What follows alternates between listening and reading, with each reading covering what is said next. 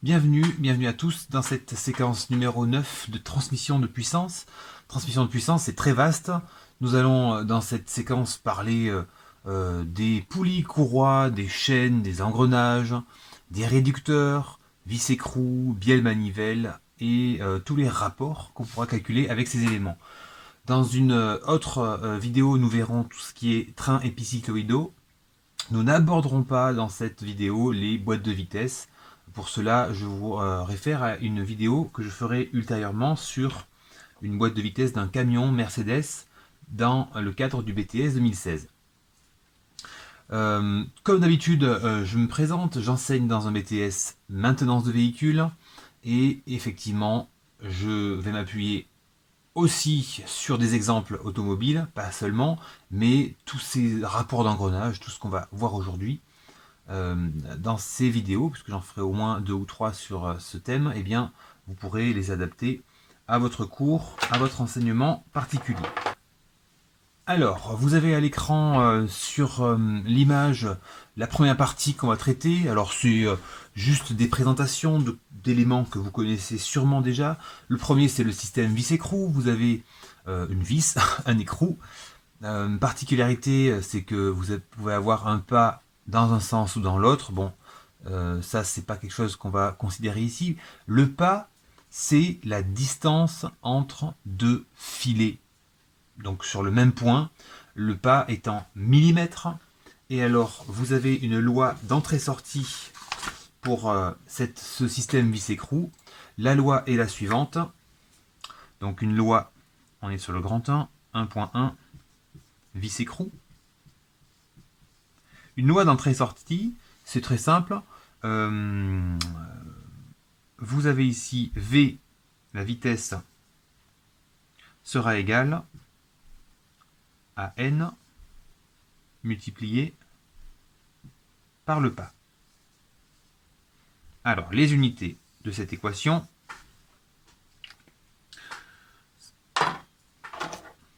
une vitesse, en général, alors, la vitesse est liée au pas. Le pas étant millimètres. Donc la vitesse sera en millimètres par minute, parce que n, lui, est en tours par minute. En tours par minute, n, e, le pas en millimètres et la vitesse du coup en millimètres par minute. Si vous voulez des mètres par seconde, pas de problème, vous adaptez vos unités. Première équation n'est pas à apprendre, parfois à utiliser. Nous n'utiliserons pas dans le cadre de notre cours. On la croise par-ci par-là, mais c'est pas quelque chose qu'on va voir de manière régulière. Donc première, je reviens sur le cours en PDF. Vous avez ce système qui va être utilisé, alors partout on le voit dans les vérins, on les voit dans les chariots, on les voit sur une voiture, partout vous avez des vis-écrous. Alors, ok pour vis-écrous. Deuxième système qu'on va voir qui est aussi très connu, vous avez à l'écran alors l'image dans le cours, le système bielle-manivelle 1.2. Système aussi très connu. Je vous montre tout de suite une animation d'un système bielle-manivelle. Alors, c'est réversible, c'est un système réversible. Vous avez le choix. Ou bien vous avez l'élément en translation qui va animer et donc créer un mouvement en rotation, ou vice-versa, un mouvement de rotation qui va entraîner un mouvement de translation. Par exemple, le piston de votre voiture, donc du moteur, va être un mouvement donc, de translation qui va entraîner, bielle-manivelle, un mouvement de rotation sur un arbre. Voilà, vous l'avez effectivement sur les moteurs, sur les compresseurs, sur des pompes, etc. etc. bielle-manivelle. Vous retrouvez ces systèmes, c'est assez vieux hein, comme système dans les chemins de fer, la locomotive à vapeur par exemple, et dans d'autres systèmes encore plus anciens. Troisième système que vous connaissez aussi, le piston pardon, le pignon crémaillère. Alors, vous avez ici, je vous ai ramené un petit pignon, une crémaillère. Alors, le pas n'est pas bon, mais le principe est simple. Vous allez avoir un élément en rotation qui va entraîner un élément en translation. Vous avez évidemment ça sur les directions de voiture. On retourne à l'image sur le PDF, sur une direction, sur des portes, par exemple, des portes, on peut trouver sur des portes de garage, des portes de TGV, etc. La vitesse est en fonction de la vitesse de rotation et du rayon. La relation entre les deux, on est au 1.3, pignon crémaillère.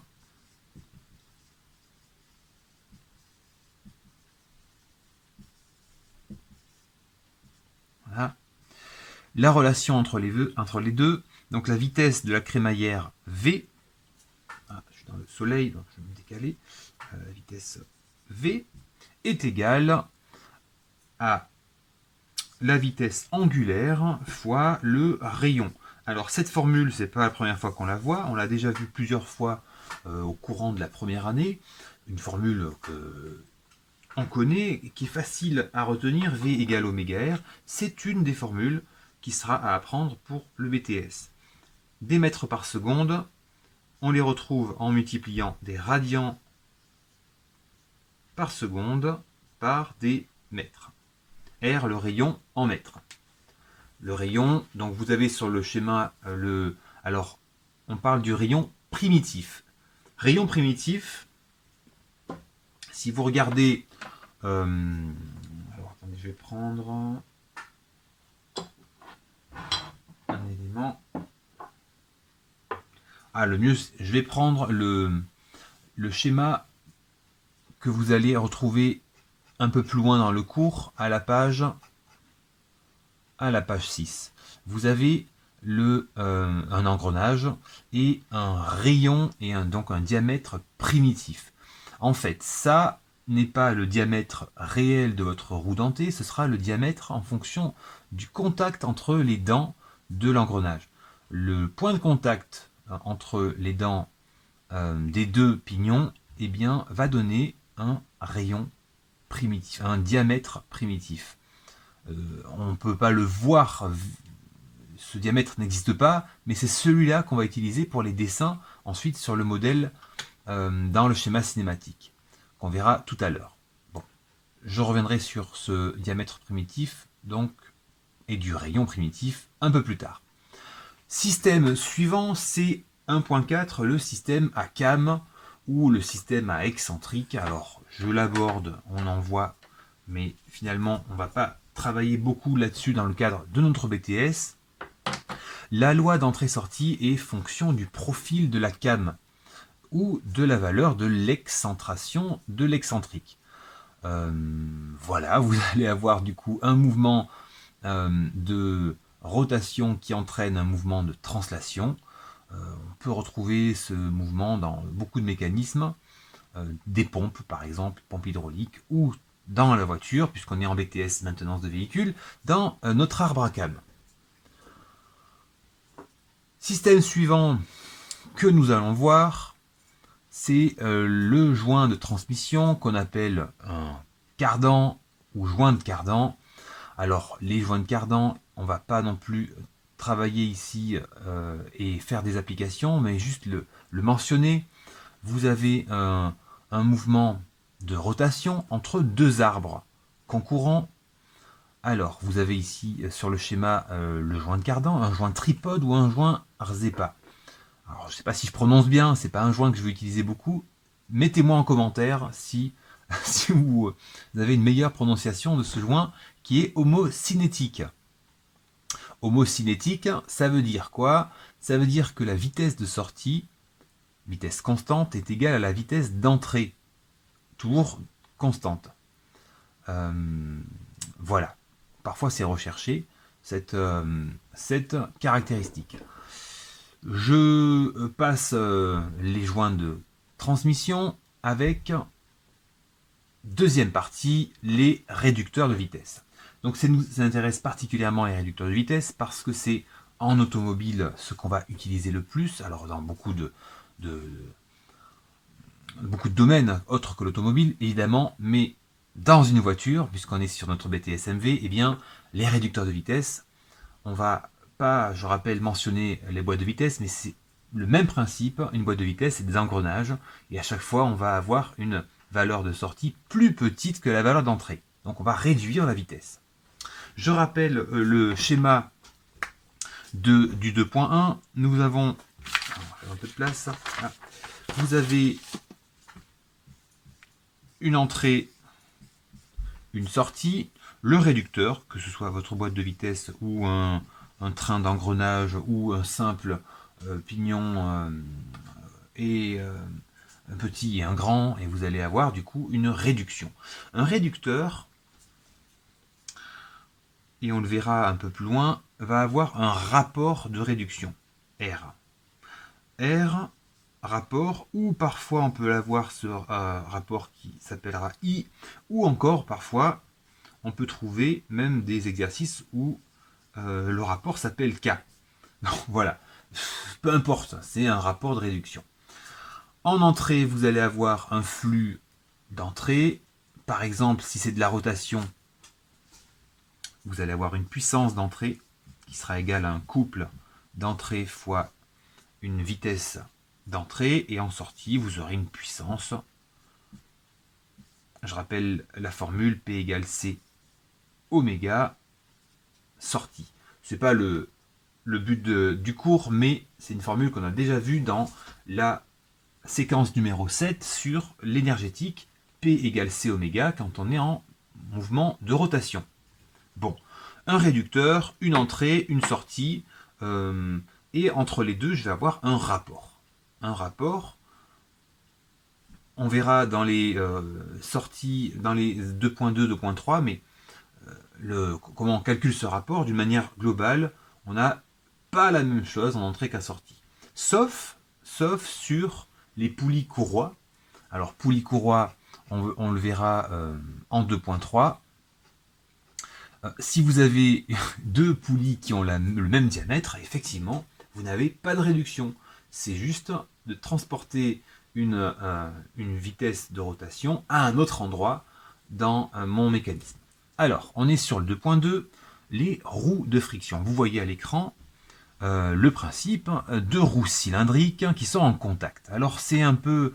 c'est le même système qu'on trouve par exemple sur les dynamos de vélo. Vous allez avoir un simple contact sans accroche particulière autre que l'adhérence des deux. Alors évidemment, quand c'est une route mouillée, les cyclistes le savent, la dynamo fonctionne moins bien parce que du coup ça glisse. C'est comme rouler sur une route mouillée, ça va être simplement de la friction, l'adhérence n'étant pas mécanique, ça veut dire qu'il n'y a pas de contact autre que les surfaces qui vont adhérer entre elles. Pas d'éléments que vous pouvez pousser l'un envers l'autre, comme sur une chaîne par exemple, ou une courroie dentée. Alors, la formule du rapport, on va la voir tout à l'heure, mais ce sera la même encore pour tous. Tous ont la même formule. Alors, je vais en parler au 2.4 de toutes ces formules. 2.4, puisque finalement, c'est pour tous les éléments réducteur de vitesse, roue de friction, lien flexible, donc les chaînes, etc., les courroies avec les poulies, ce sera toujours la même formule qu'on va avoir. Alors, on continue. Avant de passer au 2.3, je vous montre à l'écran le schéma cinématique.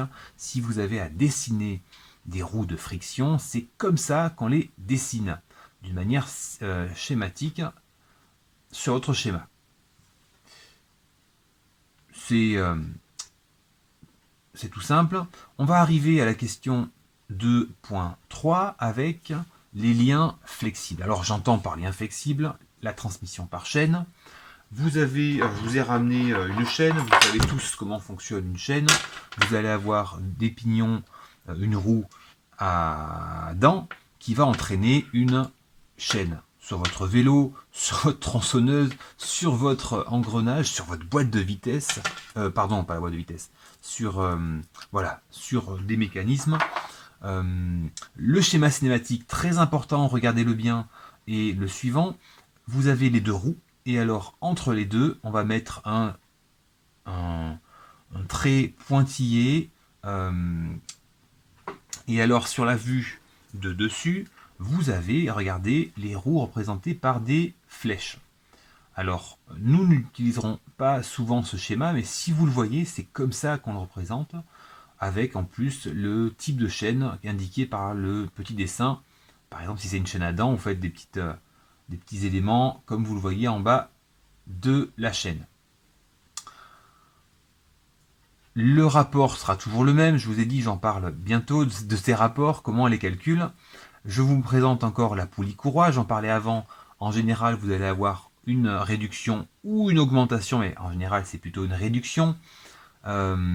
Ici, vous avez une courroie crantée, c'est pas de la friction, sinon c'est de l'adhérence, effectivement.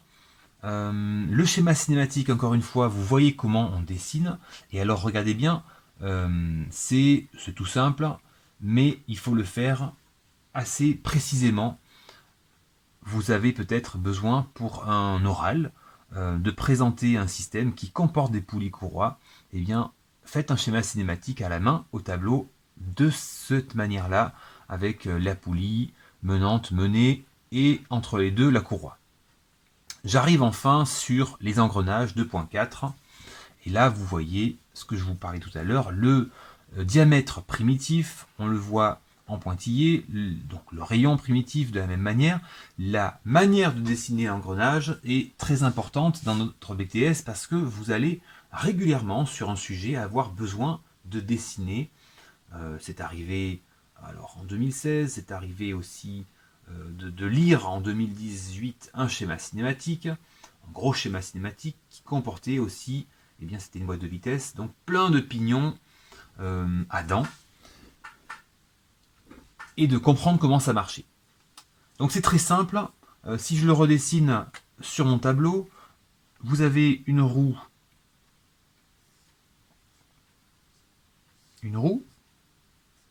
d'accord, elle n'est pas très droite, la roue. Une roue qui va entraîner, donc on va dire que l'entrée est ici, entrée ici, oméga entrée, qui va entraîner une autre roue. Cette roue, je vais, avant de dessiner la roue suivante, lui mettre une liaison pivot. Je vous réfère au cours sur les liaisons cinématiques de la séquence 1. Une liaison pivot, pour montrer que cette partie ne bouge pas, c'est le bâti. En général, on garde le noir pour la couleur de cet élément-là. Et cette roue en bleu va entraîner, je vais prendre du rouge, une deuxième roue d'un diamètre différent. Alors en général, c'est un petit qui entraîne le grand. Alors je vais réduire ma roue, elle est trop grande, sinon ça ne rentre pas dans le dessin. Pourquoi je dis en général c'est un petit qui entraîne un grand? Parce que oui, on peut avoir aussi un grand qui entraîne un petit. Mais si un grand entraîne un petit, vous n'avez plus un réducteur de vitesse, mais un multiplicateur de vitesse. Ce qui est possible dans certains mécanismes, mais pas en automobile. Donc, oui, vous pouvez avoir des accélérateurs, on va dire plutôt un multiplicateur de vitesse, pas de problème, ça existe, mais en automobile, eh bien, ce sera quasiment tout le temps des réducteurs. Pourquoi ce sera que des réducteurs en automobile? Eh bien, tout simplement, vous avez en auto des moteurs, alors électriques ou thermiques, qui vont tourner beaucoup trop vite pour le système.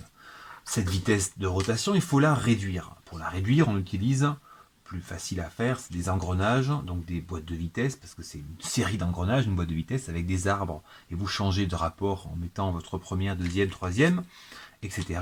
Donc on a une vitesse d'entrée trop grande, on la diminue par des vitesses de sortie plus petites par notre boîte de vitesse. Donc comment je représente deux engrenages? De la manière suivante, la liaison au bâti, les roues dentées, une roue qui entraîne, et on mettra un oméga sortie, donc si ça tourne dans ce sens, ça va tourner dans l'autre sens, ici. Voilà, ça c'est pour la représentation.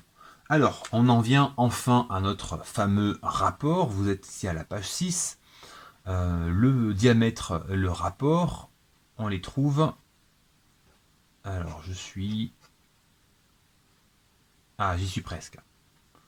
Oui.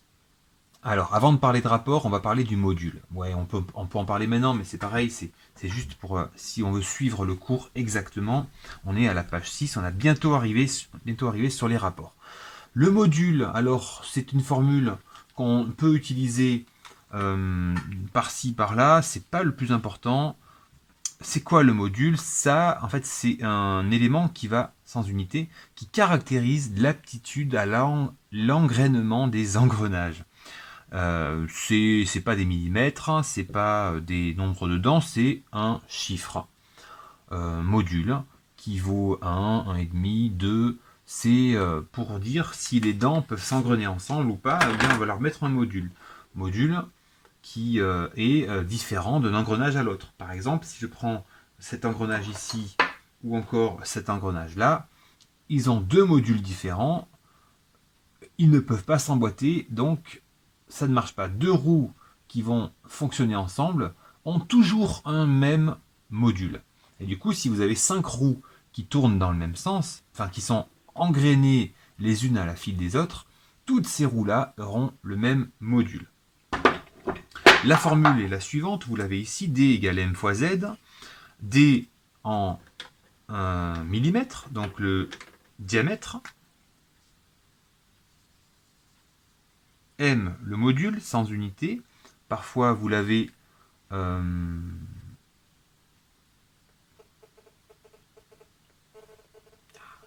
non, je reviens en arrière. Le module, c'est une valeur en millimètres qui caractérise l'aptitude à l'engrainement des engrenages. Un module de 1 mm, ça veut dire que vous avez une valeur M qui doit être la même pour tous les éléments de notre train d'engrenage. Si je prends par exemple ces deux roues ici, elles n'ont pas le même module, elles ne s'engrainent pas ensemble. Si vous avez un engrenage de plusieurs roues, eh bien forcément vous avez le même module pour toutes ces roues dentées. Sinon elles ne s'engrainent pas correctement et vous risquez de les casser. La formule D égale M fois Z, donc D, gardez les mêmes unités. En général, vous avez un diamètre en millimètres, donc le module aussi sera en millimètres, et le tout est relié par Z. Alors Z, c'est le nombre de dents. Nombre de dents. On va le voir souvent celui-là. Formule qui n'est pas à apprendre, qu'on peut utiliser par-ci par-là. Le pas, on en a aussi parlé. Alors, le pas, c'était juste au-dessus à la page 6. Le pas, c'est égal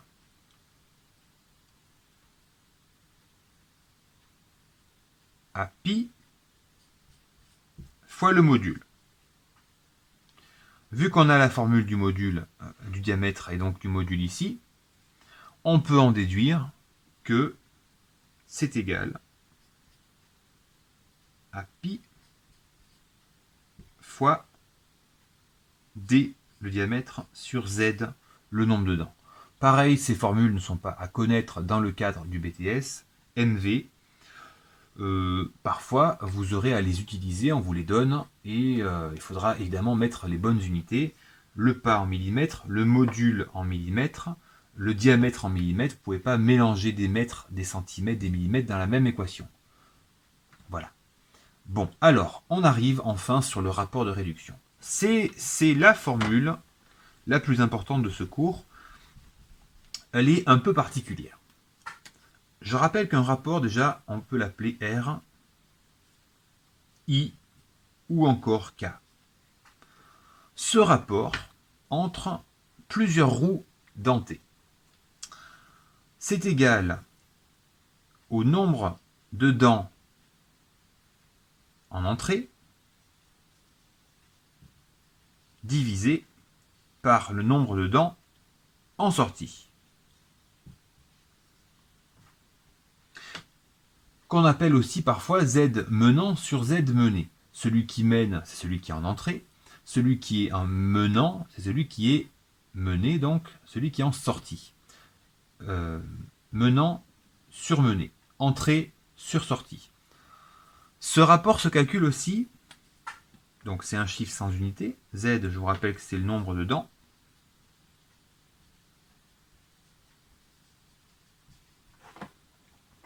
Ce rapport est aussi égal, si vous n'avez pas de dents, mais vous avez des diamètres, donc pareil, ce sera diamètre d'entrée sur diamètre de sortie, ou rayon d'entrée sur rayon de sortie.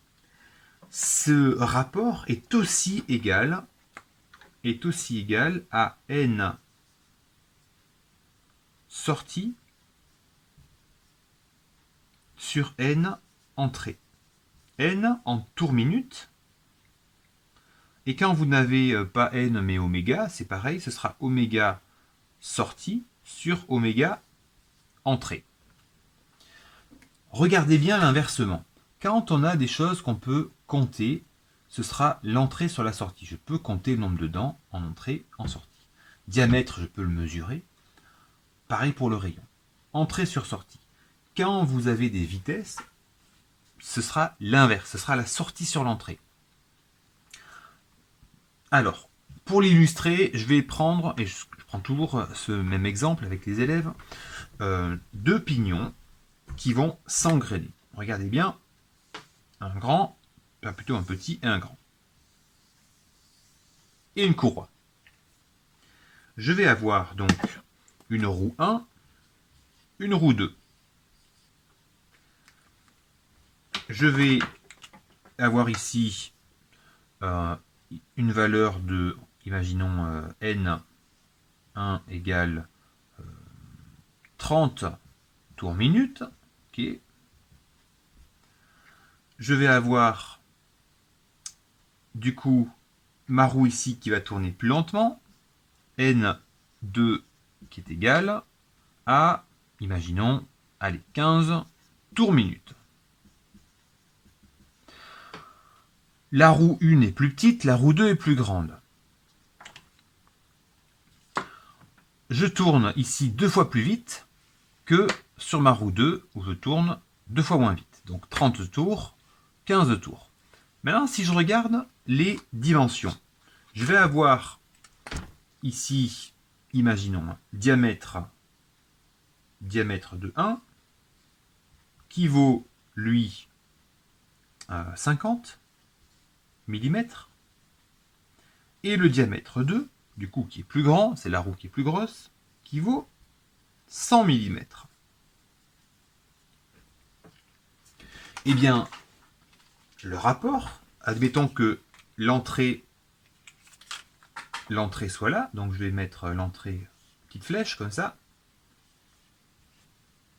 Je tourne dans ce sens-là. L'arbre d'entrée est ici, l'arbre de sortie serait là-bas. Le rapport peut se calculer avec les éléments en vert, donc les diamètres, autant qu'avec les éléments en rouge. Or, sur la 1, on a un élément 2 fois plus grand à gauche qu'à droite, et à l'inverse, en vert, on a un élément 2 fois plus petit à gauche qu'à droite. C'est pour ça que le rapport, se calcule de manière différente si on parle de diamètre ou de z, ou qu'on parle de n ou de oméga. Le rapport est le même, on est d'accord. Mais si vous êtes avec des vitesses en tours minute ou en radians par seconde, ou quand vous êtes sur des dimensions comme un diamètre, un rayon ou un nombre de dents, eh bien, il faut inverser. Alors, je le réécris. Je vais le réécrire juste en dessous. Ici. Mon rapport se calculera. Si je prends en rouge, donc ce sera 30. On a dit que c'était n sortie sur n entrée.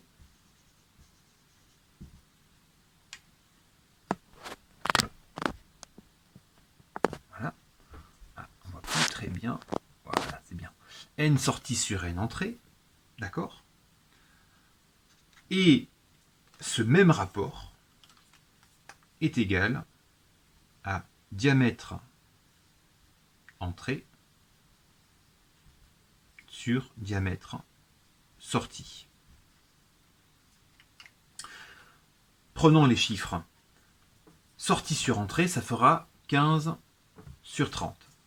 Entrée sur sortie, ça fera 50 sur 100. Ça fera dans les deux cas un rapport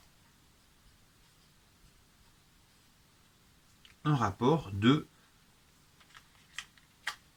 0,5. Sortie sur entrée. 15 sur 30. Donc de la même manière, je calcule une valeur de sortie ou une valeur d'entrée. Ça veut dire que je vais avoir ici une vitesse divisée par 2, alors que je vais avoir un rayon ou un diamètre multiplié par 2 entre l'entrée et la sortie. Dernier exemple, avec à l'écran, vous le voyez, le train d'engrenage d'un tambour moteur. Le train d'engrenage ici, vous allez pouvoir le dessiner de la manière suivante.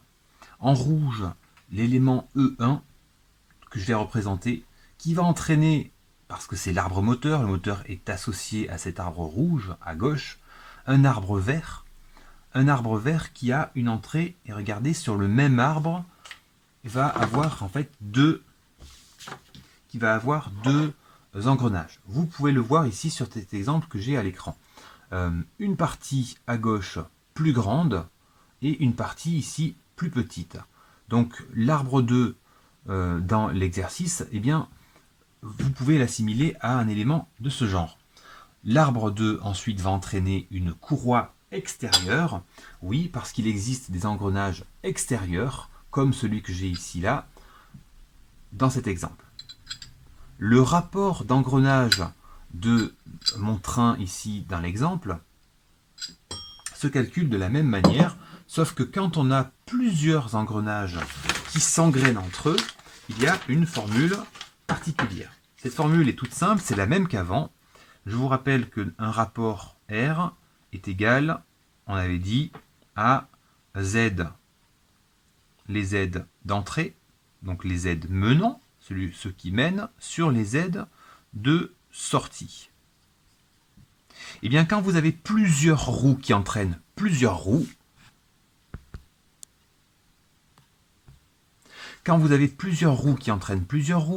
eh bien je vais avoir du coup un facteur ici, et vous allez avoir ici un produit et un produit. Un produit et un produit. Alors, qu'est-ce que c'est que ce facteur ici et qu'est-ce que c'est que ce produit? Tout simplement, le N, c'est le nombre de contacts que vous avez, contact, attention, extérieur. Les engrenages intérieurs ne comptent pas dans le calcul de ce N. Alors, cet élément-là, en fait, dans la formule, c'est seulement pour indiquer le sens de rotation. Si vous avez deux engrenages qui sont en contact, alors imaginons, je vais faire en dessous, en rouge, un engrenage, une roue pardon, qui entraîne une autre roue, d'accord, qui entraîne une troisième roue. Vous allez avoir, du coup, sur mon exemple, des points de contact, un ici et un là. Deux points de contact, N ici sera égal à 2. Ce N, c'est lui qu'il faut mettre dans l'exemple ici pour indiquer si c'est le même sens ou un sens contraire. Alors, c'est pas ça qui va indiquer le rapport à calculer, mais ce N égale 2, qui soit pair, donc 2, 4, 6, 8, vous donnera du coup un sens identique. Si j'ai 3 roues dentées qui s'engrènent, donc N vaut 2, j'ai 2 contacts, alors j'ai un sens identique entre l'entrée et la sortie. Si j'ai mon N qui est impair, 1, 3, 5, etc., eh bien, je vais avoir du coup un sens inversé.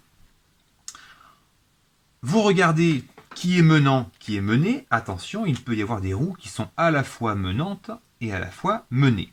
Par exemple, ici, la roue 1, on va dire que ça c'est l'arbre d'entrée, va entraîner ma roue numéro 2, et la roue numéro 2 va entraîner la roue numéro 3. Donc ma roue 2, elle est à la fois menante et menée. Ça veut dire qu'elle ne va pas compter en fait dans le rapport d'engrenage. Elle va permettre de décaler un peu plus bas votre transmission, permettre d'inverser ou de mettre un sens particulier, mais dans le rapport, dans le calcul du rapport, la roue 2, puisqu'elle est à la fois menante et menée, ne va pas intervenir ici dans le calcul du rapport total. Imaginons que la roue 1, je vais l'écrire ici, Z1 égale 50, ça veut dire que j'ai 50 dents pour la roue 1, que Z2 en a 25, je les fais plus grosses, on va faire 65, et que Z3 égale, je vais faire un peu plus grand, hop, égale 75. Bon.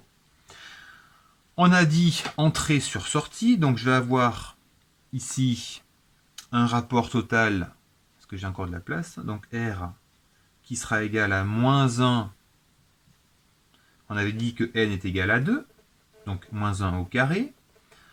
En entrée, on a Z1, donc je vais avoir 50. 1 qui entraîne 2,